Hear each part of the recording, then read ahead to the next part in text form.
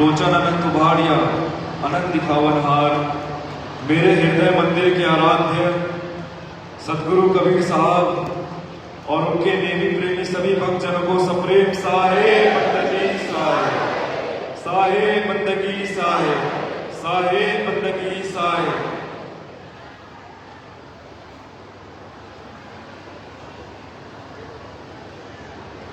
आज का दिन हम सभी के लिए काफी ऐतिहासिक है।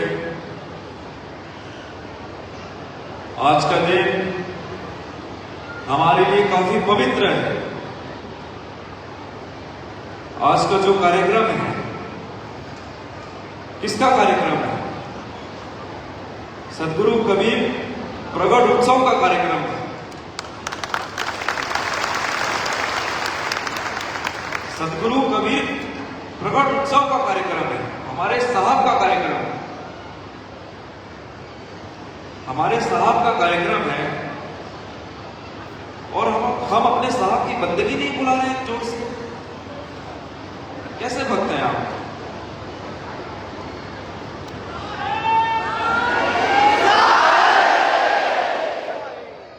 देखिए, मुझे कम सुनाई देता है, आप लोगों की आवाज नहीं आ रही, थोड़ा जोर से बोलिए, मुझे सुनाई नहीं देता। अभी भी भंडारे तक आवाज नहीं गई होगी।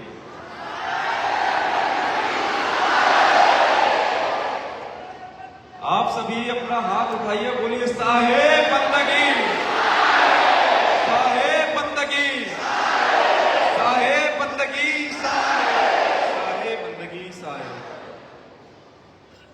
आज का कार्यक्रम काफी सुंदर है। आप सभी ने मेरा स्वागत किया, यह शोभा यात्रा निकाली। मैं आप सभी का बहुत बहुत आभारी हूँ। बहुत बहुत बहुत धन्यवाद आप सभी का।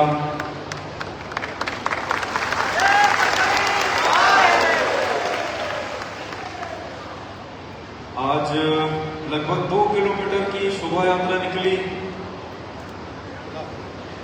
लगभग 2 किलोमीटर की शोभा यात्रा निकली पूरे कवर्धा शहर से शोभा यात्रा निकली। तो मैंने एक चीज गौर करी, काफी लोगों ने की होगी ये चीज गौर। कबीर धाम में कितने वंशगुरु रहे हैं? कितने वंशगुरु की समाधि है? 4 वंशगुरु की। हक नाम साहेब, प्रगट नाम साहेब, पाक नाम साहेब। किनकी है? किनकी है? हक नाम, पाक नाम, प्रगट नाम, दिया साहब। 8वें वंशगुरु से 8वें वंशगुरु, 9वें वंशगुरु, 10वें वंशगुरु और 11वें वंशगुरु की समाधि है यहाँ पर। उनका कार्यकाल यहाँ बीता हुआ। उन्होंने कबीर धाम में रहकर सदगुरु कबीर साहब की वाणी वचनों का प्रचार प्रसार किया है। लोग जो गलत राह पर जा रहे थे उनको सही राह पर लाया है। काफी उनका संघर्ष रहा है। तो हर कबीरपंथी जो यहाँ विराजमान है, जो यहाँ उपस्थित है, और वो कबीरपंथी जो यहाँ आ नहीं पाए, मैं सबके दिल की बात आज बोलना चाहूंगा। आज बोलने का सही मौका है। हमारे उप मुख्यमंत्री जी भी आए हुए हैं। तो मैं आपको पूरे कबीर पंथ के ओर से ये बोलूंगा कि हमारे 4 वंशगुरु यहाँ पर रहे, उनका कार्यकाल यहाँ बीता है, उन्होंने यहाँ से प्रचार प्रसार किया है। लेकिन आज शहर के बीच से हम शोभा यात्रा निकाल कर आए, लेकिन हमें 4 में से कोई एक भी वंशगुरु की नाम का कोई चौक भी नहीं मिला। तो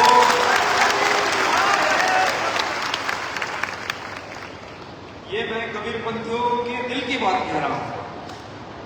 आप सब बताइए, जितने यहाँ उपस्थित हैं, हमारे वंशगुरु के नाम का चौक होना चाहिए कि नहीं होना चाहिए?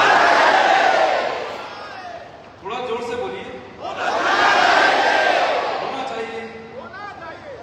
अब उन्होंने कबीर साहब का जो संदेश है उसकी लोगों तक सतगुरु कबीर साहब का संदेश पहुंचाया है, सतगुरु कबीर साहब का मार्ग लोगों तक पहुंचाया है, सतगुरु कबीर साहब की शिक्षा लोगों तक पहुंचाई है। उन्होंने इतना संघर्ष किया है, लोगों को जोड़ा है, एक एक व्यक्ति को जोड़ा है, सत्य की राह पर ले गए हैं। तो क्या उनके नाम का कोई एक चौक होना चाहिए कि नहीं होना चाहिए? होना चाहिए। तो यही हम सभी कबीरपंथी लोगों की अर्जी है आपके बीच हम रख रहे हैं। अर्जी नहीं, ये हमारा हक है। हम इसे अर्जी नहीं कहेंगे, हमारा हक है कि हमारे जो वंशगुरु हुए, जो सतगुरु कबीर साहब ने आशीर्वाद दिया, जो उनके आशीर्वाद से जो 4 वंशगुरु की यहाँ जो कार्यकाल रही है, उनके नाम का यहाँ चौक है। तो मैं सभी कबीरपंथियों की तरफ से आपको ये बात कह रहा हूँ। मैं चाहूँगा कि जो हमारे जितने यहाँ कबीरपंथी भाई बहन बैठे हुए हैं, माताएं बैठी हुई हैं, इनकी बात का आप मान रखेंगे, इनकी बातों का पूरा करेंगे। हम देखिए, जो ये बात मैंने आज रखी है, वो इसलिए रखी है, इसलिए मैंने रखी है, कम से कम जिस स्थान में जो कार्यक्रम हो रहा है, कबीर धाम में जिस स्थान में कार्यक्रम रहा है, तो उसी स्थान में ये बात रखना अच्छा था, इसलिए मैंने आज ये बात रखी। और मुझे पूरी उम्मीद है कि ये बात का पालन जरूर होगा, हमारी बात जरूर रखी जाएगी।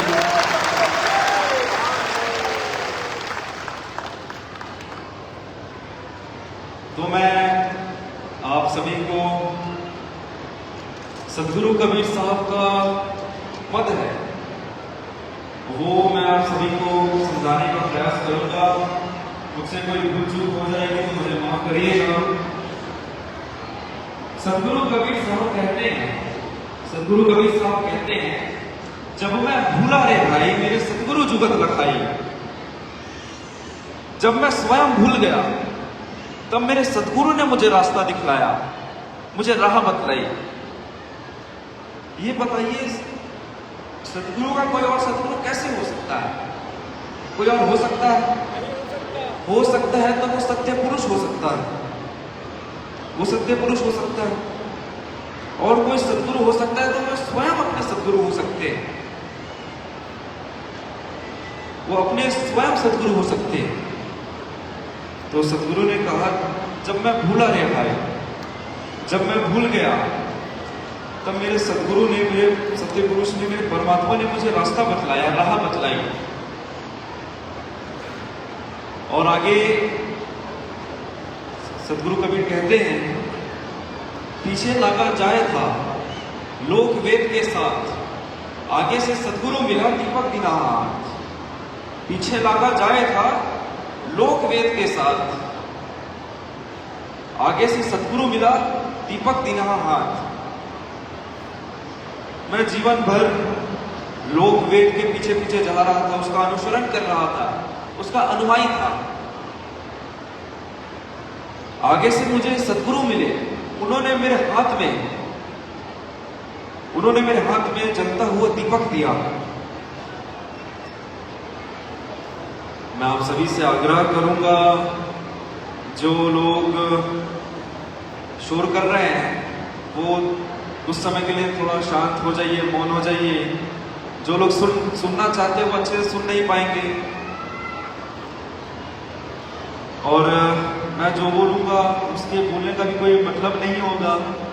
तो मैं आप सबसे निवेदन करता हूँ कि थोड़ा ही समय लूँगा मैं आप सभी का, ज़्यादा समय आप लोगों का नहीं लूँगा। आप सब थोड़ी देर के लिए शांत बैठिए मैं अपनी बातें नहीं कह रहा हूं, जो सदगुरु कबीर साहब की बातें कह रहा हूं। आप उसको समझिए, उसको अपने अंदर धारण करिए। तो लोकवेद के पीछे में जा रहा था, उसका अनुयायी था। आगे से मेरे सदगुरु मिले, मुझे मेरे हाथ में जलता हुआ दीपक दिया।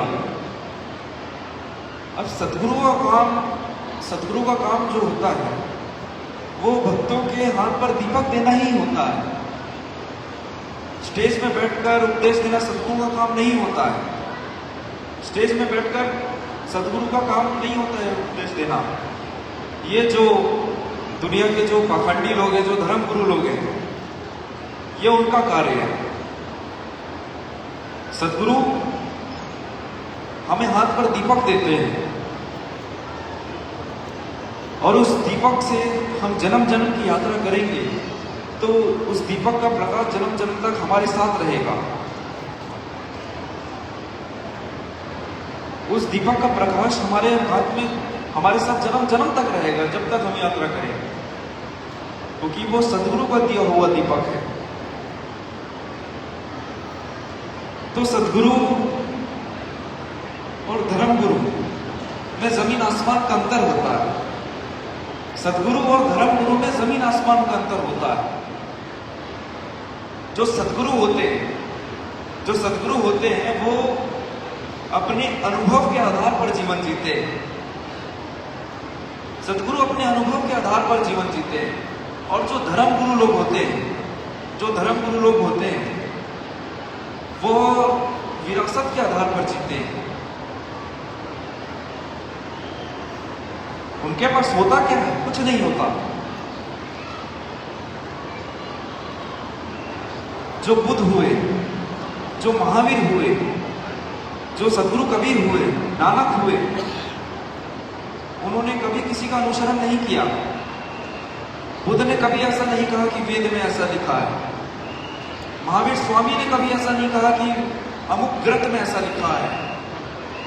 कबीर ने ऐसा नहीं कहा कि वेद में ऐसा लिखा है, अमुक ग्रंथ में ऐसा लिखा है, ऐसा लिखा है, वैसा लिखा है। कभी नहीं कहा, कभी नहीं कहा।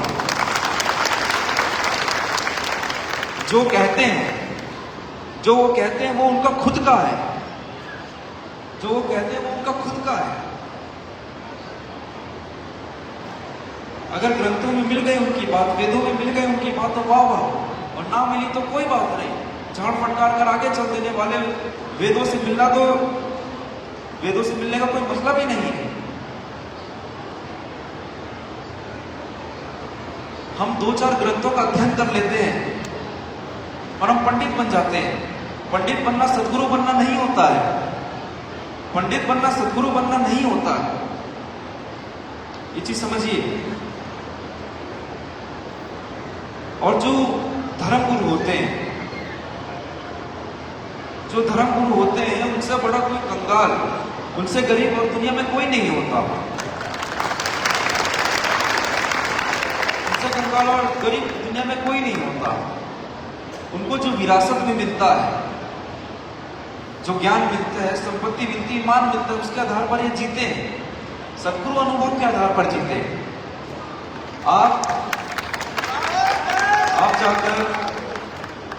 आप जाकर किसी भी धर्म गुरु से पूछिए, चाहे सनातन धर्म के धर्म गुरु से पूछिए, इस्लाम के धर्म गुरु से पूछिए।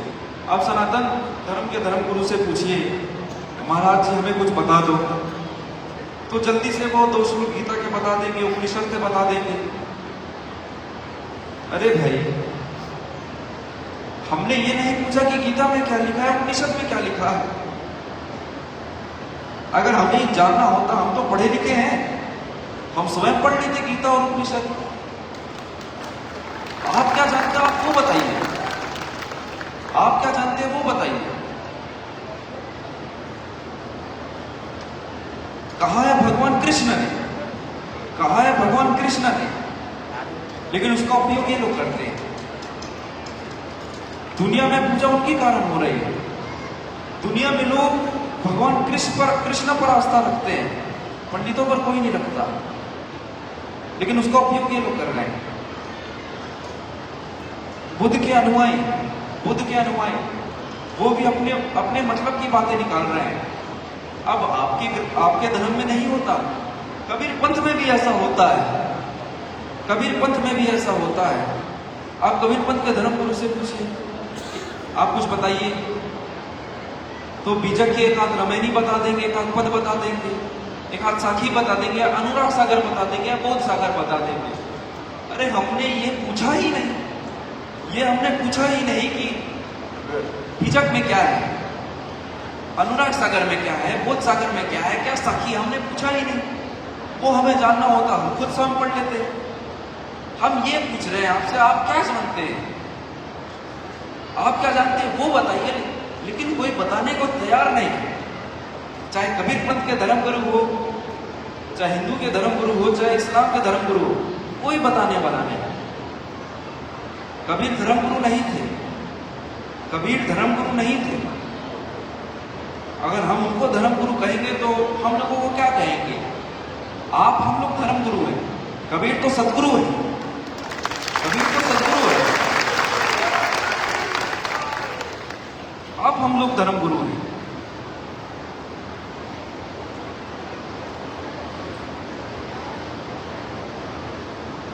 तो ये जमीन आसमान का अंतर होता है धर्म गुरु और सदगुरुओं को। लोग कबीर पर श्रद्धा रखते हैं, हम पर कोई नहीं रखता।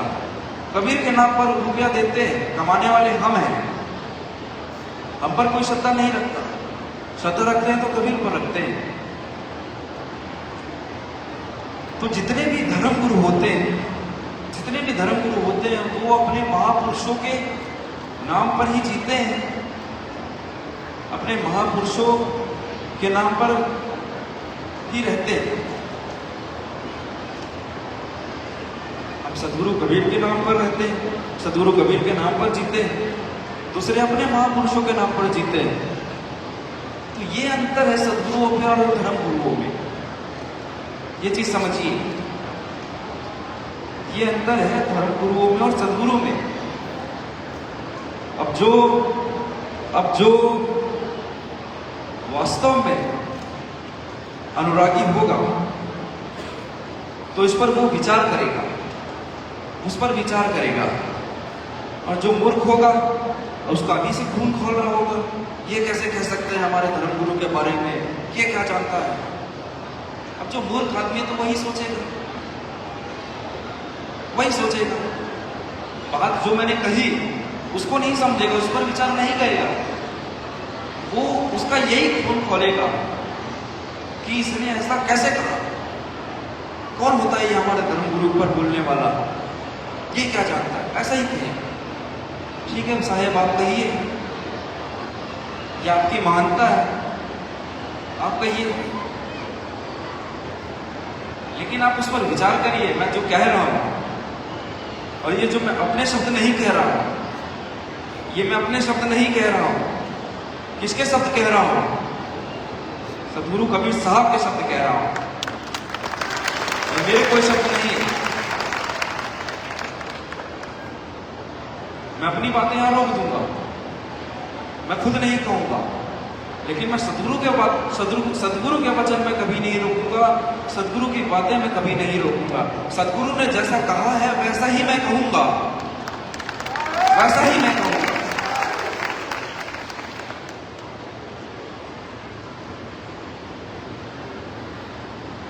सदगुरु कबीर कहते हैं, जब मैं भूला रे भाई मेरे सदगुरु जुगत, जब मैं भूल गया मेरे सदगुरु ने मुझे रास्ता दिखाया, मुझे राह बताई।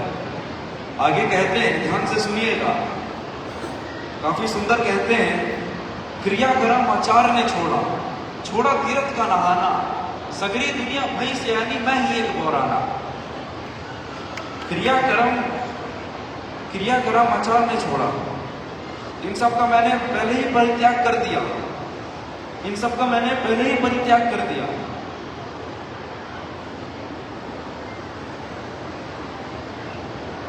और सभी लोग क्रिया कांड में व्यस्त हैं।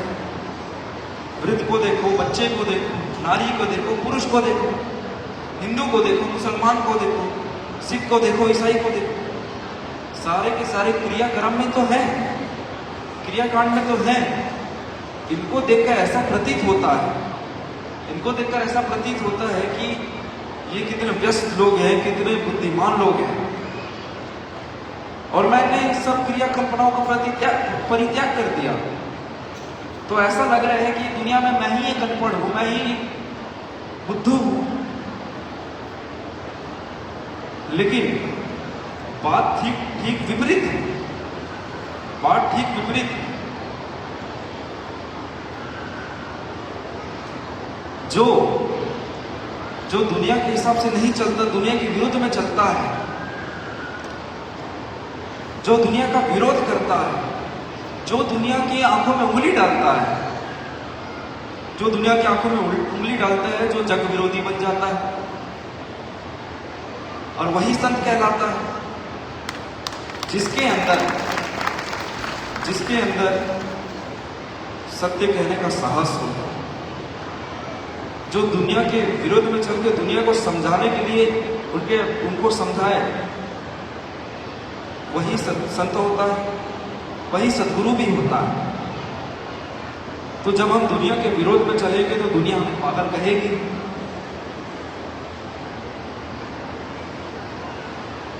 जब हम दुनिया के विरोध में चलेंगे तो दुनिया हमें पागल कहेगी, शाबाशी तो नहीं देगी, सत्कार तो नहीं करेगी, सम्मान तो नहीं करेगी, अच्छा नहीं बोलेगी, गाली ही देगी, पागल ही कहेगी। लेकिन पागल सदगुरु कबीर नहीं, पागल दुनिया है। सदगुरु सियाने हैं, दुनिया बौरा गई। सगरी दुनिया भई सियानी। सारे दुनिया के लोग ही सियाने हैं, वही बुद्धिमान है। और इनको देखकर ऐसा प्रतीत होता है कि मैं ही एक पागल हूं, मैं ही एक बौरा गया हूं। अब आप किसी पागल खाने में जाइए, काफी हल्ला हो रहा है, जो लोग सुन रहे हैं वो अच्छे से मेरी बातें समझ नहीं पा रहे हैं। जिनको परेशानी हो रही है, जिनके बच्चों को परेशानी हो रही है, कृपया वो थोड़ी देर अपने बच्चों को बाहर घुमा कर लाइए। जो सुनने वाले लोग हैं वो सुन नहीं पा रहे अच्छे से। आप सभी से निवेदन ही कर रहा हूं। तो आप किसी पागल खाने में जाइए, तो वहां जाकर किसी पागल से बात करिए, तो वो कभी नहीं कहेगा कि मैं पागल हूं, वो आपको ही पागल कहेगा और हंसेगा।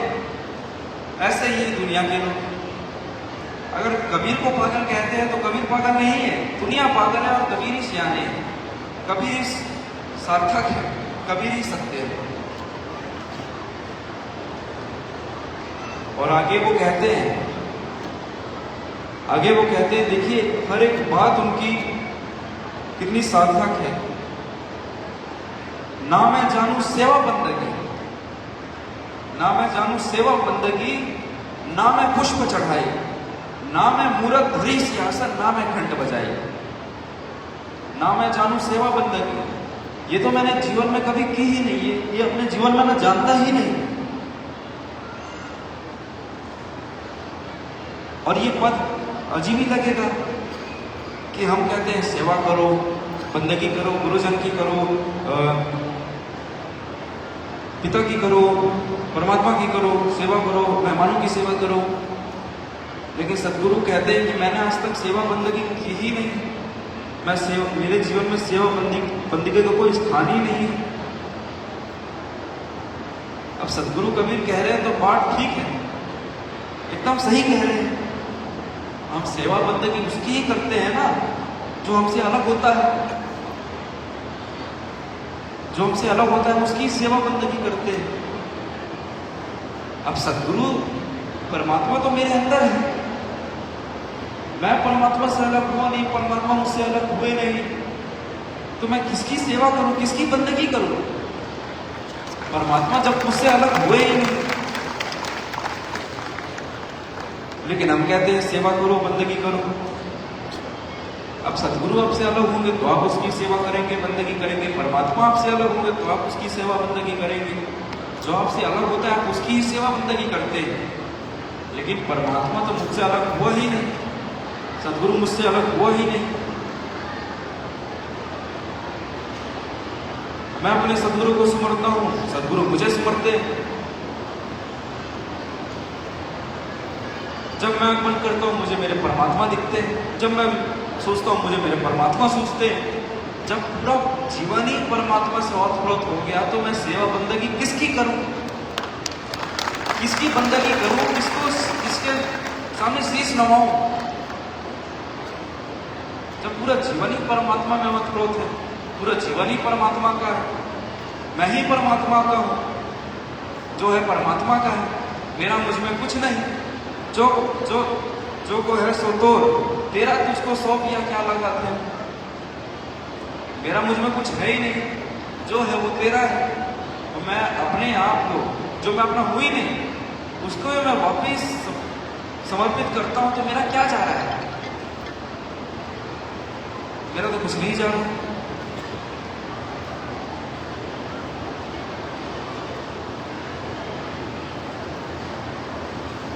और आगे कहते हैं, ना मैं मूरत धरी सिंहासन, ना मैं घंट बजाई। ना मैंने कभी कोई मूरत सिंहासन में रखी, कोई मूर्ति को मैंने सिंहासन में रखा, ना मैंने घड़ी घंट बजाया।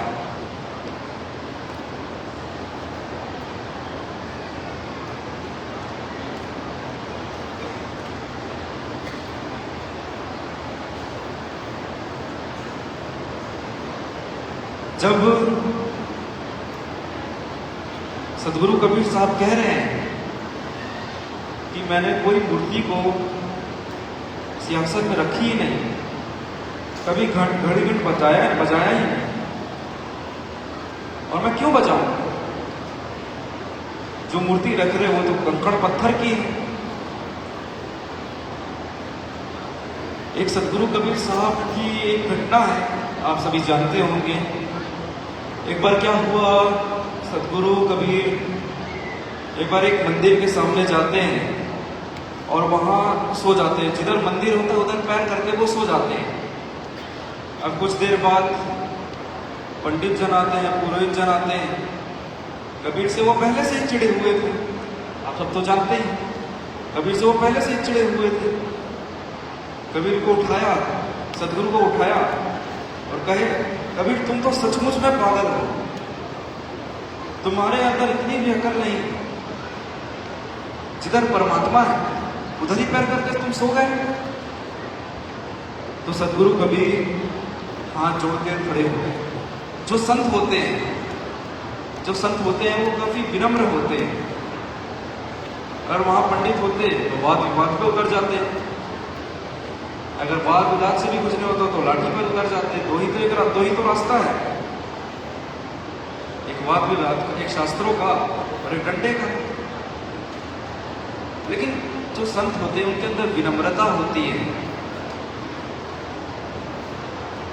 वो कभी ऐसा नहीं करते। अगर उनको मारेंगे भी, खैर कोई मार तो नहीं सकता, हिंसा करेंगे उनके साथ, तो भी वो हाथ जोड़ कर मुस्कुरा के खड़े रहेंगे, क्योंकि वो संत है, वो सदगुरु है।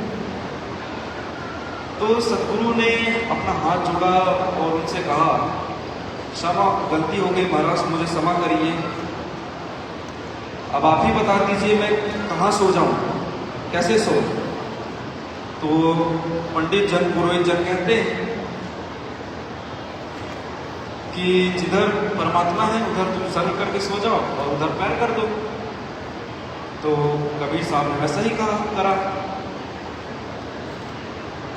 कबीर साहब जैसे ही जिधर मंदिर था उधर सर रखे और जैसे ही पैर उधर रखे, मंदिर घूमकर पैर की तरफ आ गया।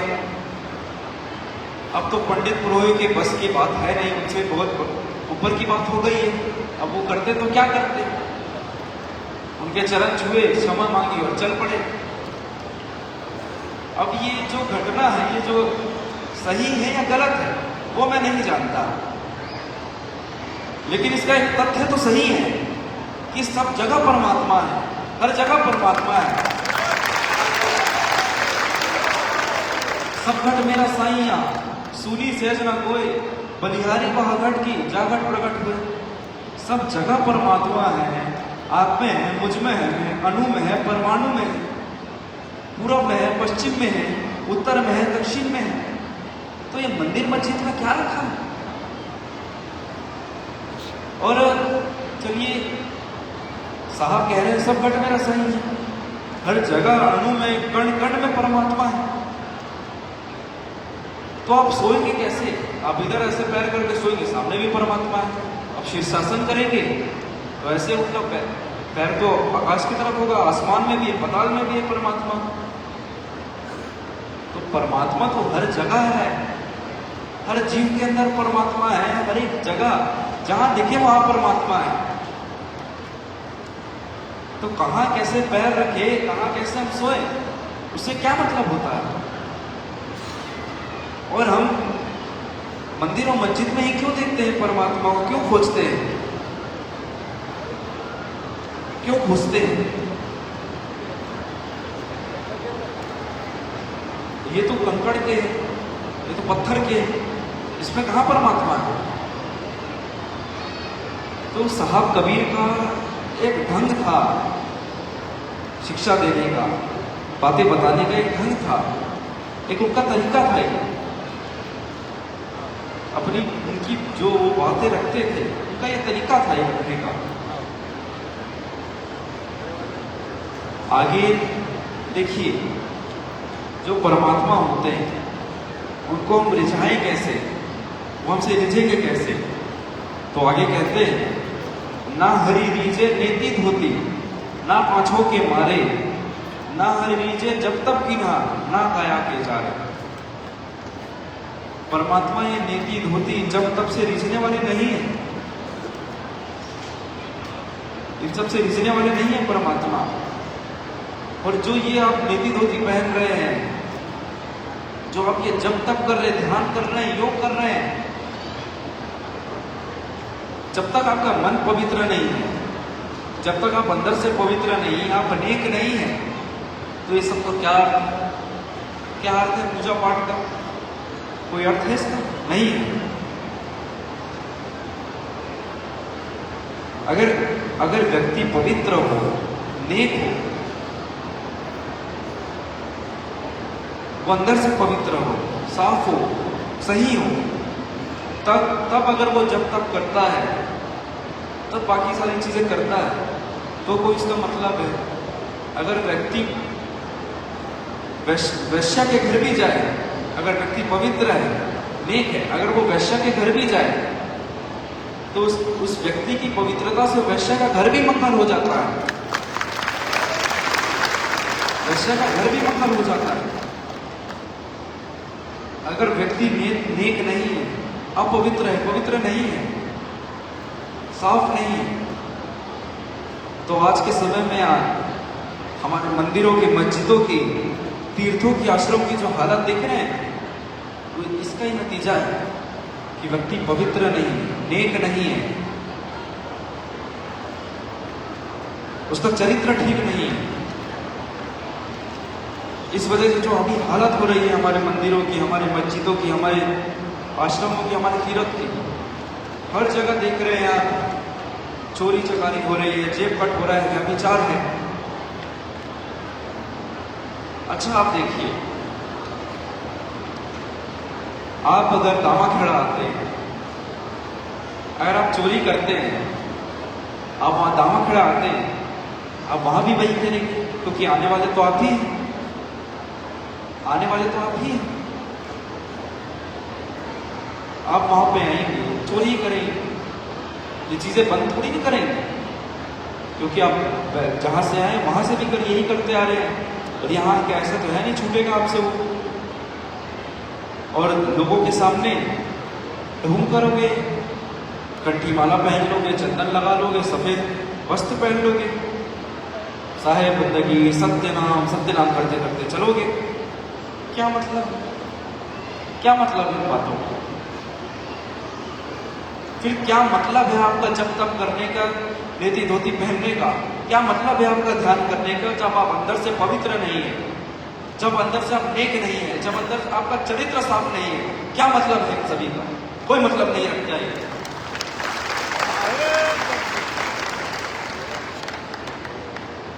परमात्मा कैसे रिझेंगे सदगुरु कबीर साहब ने कभी इस पर गौर नहीं किया, कभी इस पर ध्यान नहीं दिया, कभी नीति दोती पर ध्यान नहीं दिया, कभी जप तप पर ध्यान नहीं दिया, कभी ध्यान योग पर ध्यान दिया उन्होंने, कभी नहीं दिया। जब तक आप अंदर से सही नहीं है, आप पवित्र नहीं है, आप नेक नहीं है, आपका चरित्र सही नहीं है, तो इन सबको कोई मतलब नहीं है, रत्ती भर की चीजें हैं ये। उठा के फेंक दीजिए अपने जीवन से। अगर ये सब करना है तो पहले पवित्र बनो, पहले अपने आप को नेक करो, अपने चरित्र को सुधारो।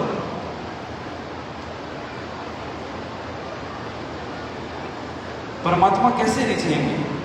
परमात्मा को हम कैसे रिझा सकते हैं? साहब को कैसे रिझा सकते हैं? आगे कहते हैं, दया करो और धर्म को पालो, जग से रहो उदासी, अपना सा जीव सबको जानो, ताही मिले अविनाशी। शहो कुशब वाद भी छोड़ो मान गुमाना, यही रीझ मेरे निरंकार की, कहे कबीर दीवाना। दया करो धर्म को पालो। दया हमारे अंदर तभी पनप पाएगी जब दया हमारे अंदर तभी पनपेगी जब हमारे अंदर अहिंसा का भाव होगा। दिखावे से दया नहीं पनप पाएगी दया। तो हमें दया करनी है। दया तभी हमारे अंदर पनप पाएगी जब हम अहिंसा को चुनेंगे, अहिंसा के मार्ग पर चलेंगे। देखिए, बोलना तो बहुत आसान है कि अहिंसा करो, अहिंसा परमो धर्म, लेकिन अपने जीवन में इसे उतारना ये बहुत कठिन है। हमको पहले हिंसा को समझना होगा। उसके भी छोटे छोटे कई रूप होते हैं। हमको अहिंसा को कभी नहीं समझना है। हमको अहिंसा को समझना ही नहीं। हमको किसको समझना है? किसको समझना है बताइए? हिंसा को समझना है। और हिंसा, चलिए मैं आपको उदाहरण देता हूं। अब आप सब गृहस्थ लोग हैं, मेरी शादी नहीं है, आप सब गृहस्थ लोग हैं। अब आप अपनी पत्नी को कहेंगे कब चाय बना कर लाओ, आप अपनी पत्नी को कहेंगे कब चाय बना कर लाओ। आपका क्या अधिकार है? आप स्वतंत्र हैं, आपकी पत्नी स्वतंत्र है, और फिर भी कहते हो कब चाय बना कर लाओ। ये हिंसा हो गई। और जब आप अपने नौकर को कहते हो कि मेरे घर से जाने के बाद मेरे घर की साफ सफाई कर देना, मेरे कमरे की साफ सफाई कर देना। आपका क्या हक है आपके नौकर को कहने का? वो स्वतंत्र है, आप स्वतंत्र हैं। वो भी हिंसा हो गई। अब जो पिता है, अगर पिता अपने बच्चे को कहता है कि ढलेश्वर जाओ, मेरे लिए वो करो, ऐसी चीजें मत करो, गलत चीजें मत करो, तो वो भी हिंसा ही हो गई। क्योंकि पिता भी स्वतंत्र है, पुत्र भी स्वतंत्र है।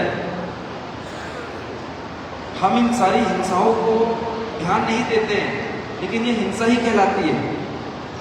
समझिएगा, ये सारी चीजें हिंसा ही कहलाती है।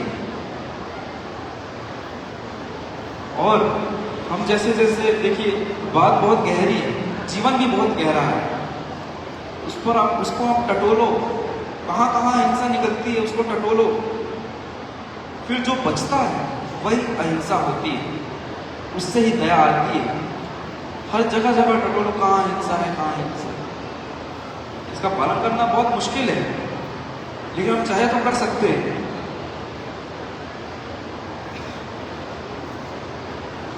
और हमको सबको एक समान मानना है, अपना सच सबको मानना है। तो सदगुरु कबीर साहब की काफ़ी सुंदर साखी है, मैं आपके बीच रखना चाहूँगा।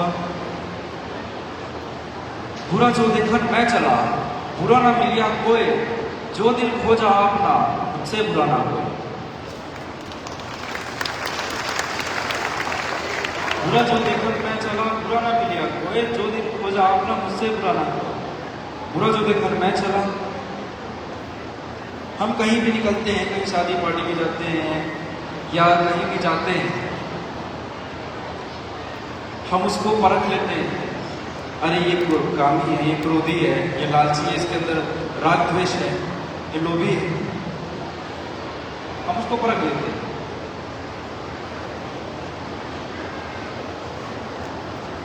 हम उसको ऐसा ही देखेंगे, हम उसको दूसरों को तो हम आसानी से कह देते हैं, दूसरों को तो हम आसानी से कह देते हैं कि तुम भाई कामी हो, तुम क्रोधी हो, तुम लालची हो, तुम लोभी हो, तुम्हारे अंदर राग द्वेष है।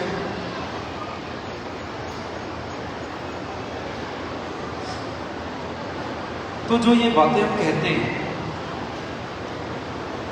हम लोगों को तो ये कहते हैं, और हम ही नहीं कह रहे, सदियों से लोग कहते आ रहे हैं, सदियों से लोग चिल्लाते आ रहे हैं, बुद्ध भी चिल्लाए, जीसस भी चिल्लाए, लेकिन इसका कोई फर्क नहीं पड़ा, इसका फर्क नहीं पड़ा, कोई इस बातों को समझा नहीं, सुना नहीं।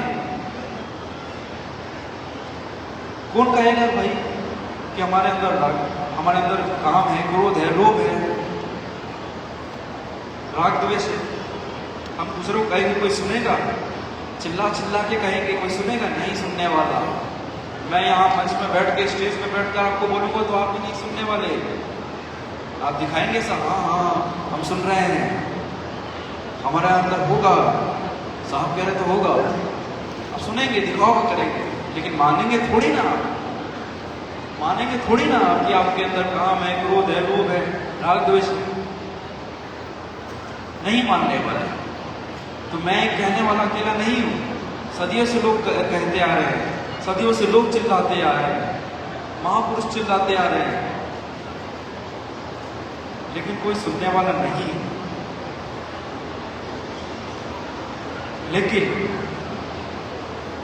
लेकिन हम सबको ये चीज समझना होगा, जब पहली बात तो हम जीवन द्वंद्व में जीते हैं, मैं तू अपना पराया, इसमें जीते हैं। इन सबको हटा देना, इस द्वंद्व से हम हट जाए तो कुछ बात बन सकती है। अब देखिए, आप यहाँ मेरी बातें सुन रहे हैं, अब यहाँ से ये कार्यक्रम, आप इस कार्यक्रम में उपस्थित, इस कार्यक्रम का आप आनंद ले रहे हैं।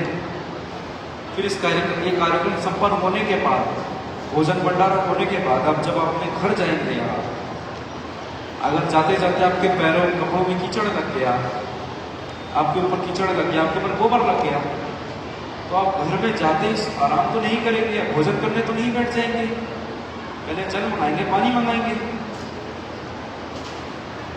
है ना? पहले जल मंगाएंगे, पानी मंगाएंगे, उसके बाद ही आप उसको धोएंगे, उसके बाद ही तो आप आराम करेंगे, आप भोजन करेंगे। अब आपको पता है कि आपके ऊपर कीचड़ लग चुका है, गोबर लग चुका है, आपको पता है, आप उसको वैसे तो रखेंगे नहीं, उसको वैसे तो रखेंगे नहीं, आप उसको धोएंगे, कैसे भी हटाएंगे, कपड़े से पोंछेंगे, पानी से धोएंगे, अब हटाएंगे। वैसे ही आपको पता चल गया कि आपके अंदर काम है, क्रोध है, लोभ है, राग द्वेष है, तो आप जो भी अपना जीवन व्यतीत कर रहे हैं ना आराम से, वो नहीं कर पाएंगे, आप झटपटाएंगे। इस चीज को समझिए आप, वो कीचड़ हम पर लगा हुआ है, उसको धोइए। अब देखिए, अब गिरिमुनिनाम साहब कहते हैं, गिरिमुनिनाम साहब कहते हैं, आपको साफ करना हो तो हम जो गांव में बैठक बुलाते हैं, पंचायत में नियुक्त करते हैं कि ऐसा साफ करेगा, फिर वो कब वापिस कचरा बने। तो ऐसा करो कि सबके सब अपने अपने घर के, अपने आप सब पूरा गांव साफ हो जाएगा, गिरिमुनिनाम साहब कहते हैं। तो वैसे हम अपने आप को ही साफ कर ले, हम अपने अंदर का जो कीचड़ है, जो मैली चादर है, काम क्रोध की, लोभ की, राग द्वेष की, जो ये कीचड़ है, गोबर है, मैली चादर है, हम उसको हटा दें। तो अपने आप हम सुधर जाएंगे, हमारा घर सुधर जाएगा, हमारा गांव सुधर जाएगा, हमारा समाज सुधर जाएगा, हमारा संप्रदाय सुधर जाएगा, हमारा देश सुधर जाएगा, हमारा विश्व सुधर जाएगा। देखिए, किसी को नहीं सुधारना है हमें, किसी को नहीं कहना है कि तुम सुधर जाओ, तुम सुधर जाओ। अपने बच्चों को भी नहीं कहना है तुम सुधर जाओ, नहीं कहना है। बस इतना करो, अपने आप को सुधार लो, अपने अंदर से ये सारी चीजें हटा दो, तो काफी है।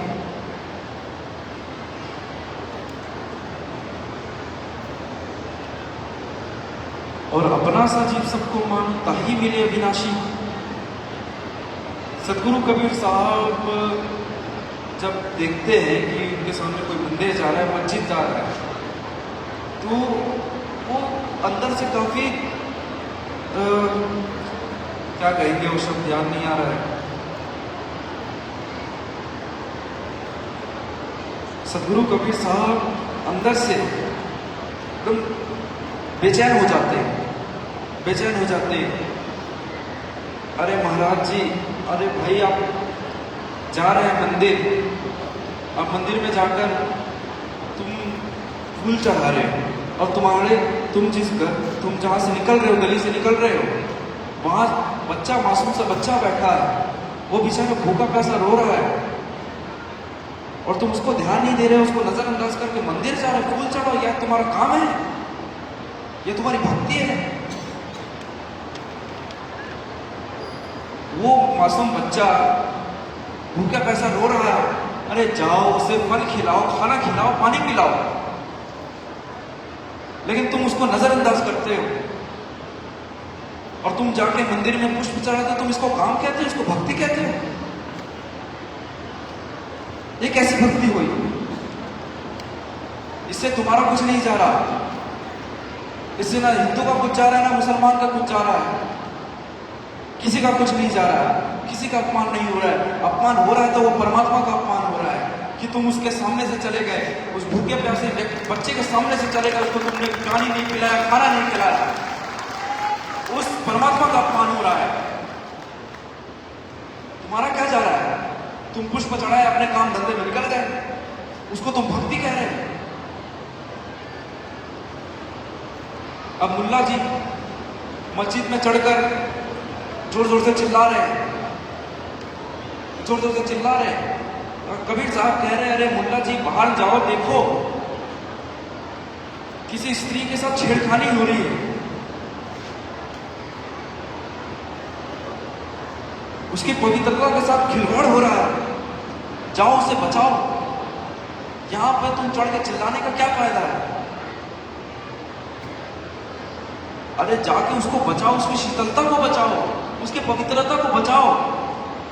अब वो करने से तुम्हारे हजार खुदाओं भी आशीर्वाद देंगे ना, हजार खुदाओं की जो तुम भक्ति करोगे ना, उससे भी बड़ी भक्ति वो कहलाएगी। अगर तुम उस महिला का शीतल नहीं बता पाते, उस महिला की पवित्रता को नहीं बचा पाते, उस महिला को छेड़खानी से बचा नहीं पाते, तो तुम्हारा कुछ नहीं जाएगा, तुम्हारे उस खुदा का अपमान होगा। तुम्हारा खुदा अपने आप को यहाँ पराया मानेगा, तुम्हारा कुछ नहीं जाने वाला, तुम्हारा परमात्मा ही अपने आप, तुम्हारे परमात्मा का अपमान होगा, तुम्हारे खुदा का अपमान होगा। तो कबीर साहब ये सारी चीजें देखकर बहुत बेचैन रहते थे, वो तड़पते थे, वो लोगों को समझाते थे कि भाई तुम दुनिया के क्रियाकर्म में क्यों फंसे हुए हो? जो दुनिया कर रही है, जो दुनिया क्रियाक्रम कर रही है, दुनिया मंदिर जा रही है, दुनिया मस्जिद जा रही है, दुनिया चर्च जा रही है, दुनिया गुरुद्वारा जा रही है, मैं नहीं जा रहा हूं, इसलिए तो कबीर साहब को लोग पागल कहे, कबीर साहब का विरोध करें। कोई भी ये बातें कहेगा उसका विरोध ही होगा, जो सत्य कहेगा उसका विरोध होगा। मैं आप सबको भी कहता हूं, अगर आप सत्य की राह पर चलेंगे, आप सब सत्य को अपनाएंगे, तो ये चीज अपने अंदर से हटा दीजिए कि आप जब सत्य को हटाएंगे, अपने अंदर अपनाएंगे, सत्य को अपनाएंगे, तो आपका सम्मान होगा, आपको लोग पूछेंगे, आपको लोग शाबाशी देंगे। बिल्कुल नहीं होने वाला ऐसा, बिल्कुल नहीं होने वाला। जब आप सत्य की राह पर चलेंगे, सत्य को अपनाएंगे, अपने जीवन में सत्य को लाएंगे तो आपका विरोध होगा, आपको गाली पड़ेगी, आपका लोग स्वागत सत्कार नहीं करेंगे। ये चीज आप समझिए।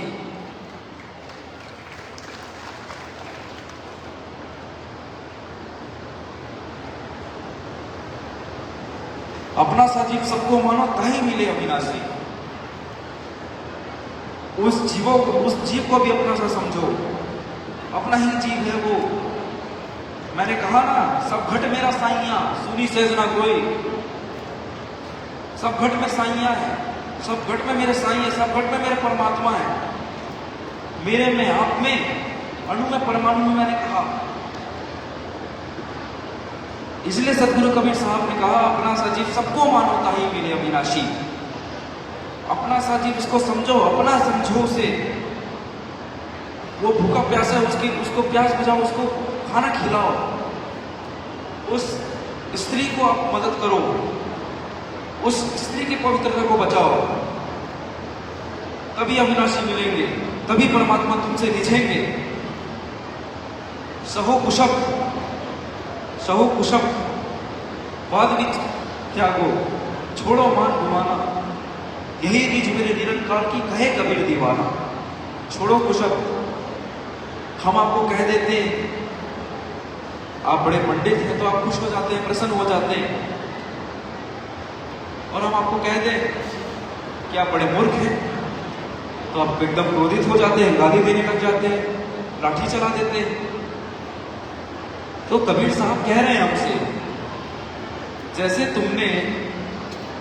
तुमने अपना जो तुम्हारी जो तारीफ हुई,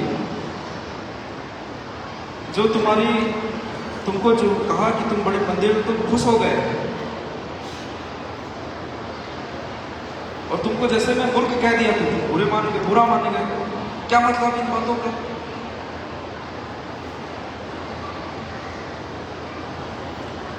अब जब आप एक मृतक को देखते हैं, मरा हुआ व्यक्ति, आप उसके पास बैठिए, घंटों बैठिए, आप उसकी तारीफ करिए, घंटों तारीफ करिए, वो कभी खुश होने वाला नहीं है। या उसको आप गाली दीजिए, कुछ भी करिए, वो दुखी होने वाला नहीं है, उसको कोई फर्क नहीं पड़ेगा। वैसे ही जीते जी आप मृतक बन जाइए, जहर खा के नहीं, साधना से। आप जहर खा लिया, आप मर गए, आप मुझे बोलती है कि आपने तो कहा था मृतक बन जाओ। ऐसा नहीं करना, ऐसा मत करना। आप साधना से बनिए, अपने स्तर को इतना ऊंचा कर लीजिए, इतना ऊपर उठा दीजिए कि आपको कोई चार गाली दे तो आपको कोई फर्क नहीं पड़े, चार तारीफ करे तो आपको कोई फर्क नहीं पड़े।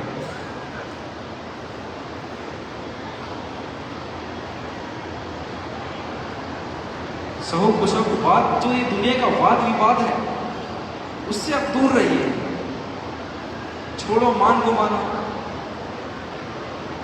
अब जो ये मान गुमाना है, ये हमारे अंदर तभी आती है जब हम दूसरे को महत्व देते हैं, क्योंकि हम द्वंद में जीते हैं। हमें सुख चाहिए, दुख नहीं चाहिए, जय चाहिए, पराजय नहीं चाहिए, लाभ चाहिए, हानि नहीं चाहिए, मान चाहिए, अपमान नहीं चाहिए। तो आप जितना जिसके पीछे भागेंगे, आप सुख के पीछे भागेंगे तो दुख को अपने आप ही आएगा, क्योंकि आपने सुख चुना है ना। सुख, आपको सुख चाहिए ना।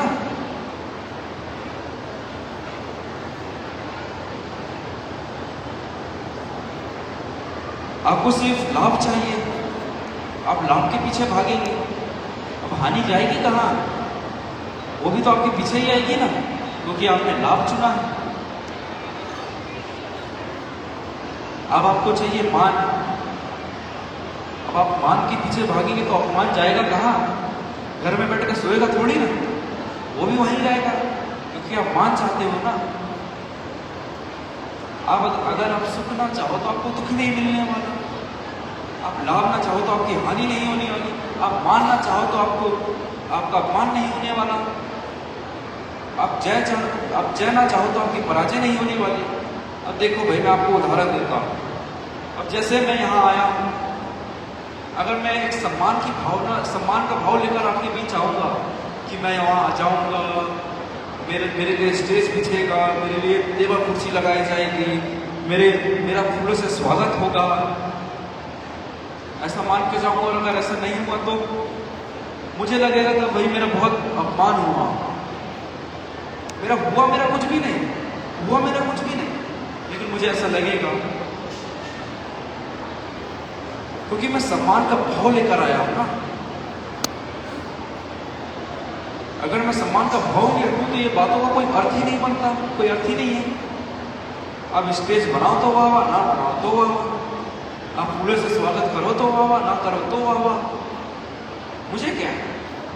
ना मैं अपमान चाहता हूं, ना मैं सुख चाहता हूं, मैं तो अपनी मौज में जीता हूं, मुझे क्या? एक संत जी हुए, वो संत अपने शिष्य अनुयायियों के साथ बैठे थे, शिष्य संप्रदाय के साथ बैठे थे, तो उन्होंने बैठे बैठे अपने शिष्यों के सामने एक बात कही कि दुनिया में मुझे कोई हरा ही नहीं सकता। तो उनके जितने भी शिष्य थे वो काफी खुश हो गए, काफी ताली बजाने लग गए, अरे वाह, हमारे गुरु जी को तो कोई हरा नहीं सकता, अब हमारे गुरु जी से हमको भी ये चीज सीखना चाहिए। तो वो धरना दे दिए, वो कहा दया करो महाराज, हमें भी ये चीज सिखा दो कि हमें भी कोई हरा ना पाए। अब वो तो बड़े संत थे, अब उन्होंने हंसते हुए कहा कि भाई मैं तो सदैव से हारा हुआ हूं, मुझे कौन और हराएगा, मैं तो सदैव से हारा हुआ। अब कोई हट्टा कट्टा पहलवान अपड़ के आए, कोई पहलवान भैया आए, अब उसको कोई हरा सकता है ना, उखड़ के आ रहे हैं। अगर कोई आपको मारने है, आपको भैया हाथ जोड़, भैया मैं तो मार खाया हुआ एक आदमी हूं, मुझे मारकर आपको क्या मिलने वाला है? कुछ नहीं मिलने वाला। मैं तो सदैव से जीवन भर मार खाते आ रहा हूं, आप मुझे मारकर क्या करेंगे? क्या करेंगे?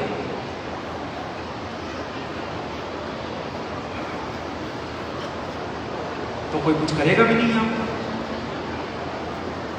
आप कहे तो भाई हम तो हारे हुए आदमी, आप मुझे क्या हराएंगे? कौन हराने वाला है? आप जब मान लो भाई कि हम तो हारे हुए हैं, कौन हराएगा? परमात्मा नहीं हरा सकता फिर तो हमें, हम तो सदैव से हारे हुए हैं, कोई मार ही नहीं सकता। हम तो पहले जिंदगी भर मार खाते आए हुए हैं, सदैव से मार खाने, कौन मारेगा? कोई नहीं मारेगा। तो वो बड़े संत थे, उन्होंने अपने शिष्य अनुयायियों को ये बातें समझाई कि भाई ये हार जीत से तुम हटो, ना तुम जीत जाओ, ना मान जाओ, मान नहीं चाहोगे, मान नहीं मिलेगा। तो यही रीझ है मेरी निरंकार की, कहे कबीर दीवाना, यही रीझ निरंकार की। अगर परमात्मा को रिझाना है तो दो चार बातें जो मैंने आपके बीच रखी है उसको आप अच्छे से समझिए, तभी परमात्मा रिझेंगे, अन्यथा नहीं रिझने वाले। आगे कहते हैं, कहे कबीर दीवाना, कबीर दीवाने थे परमात्मा को, परमात्मा के। मैं चाहता हूं आप सभी दीवाने हो। कबीर दीवाने परमात्मा के थे, परमात्मा को पाकर थे, परमात्मा को जानकर थे।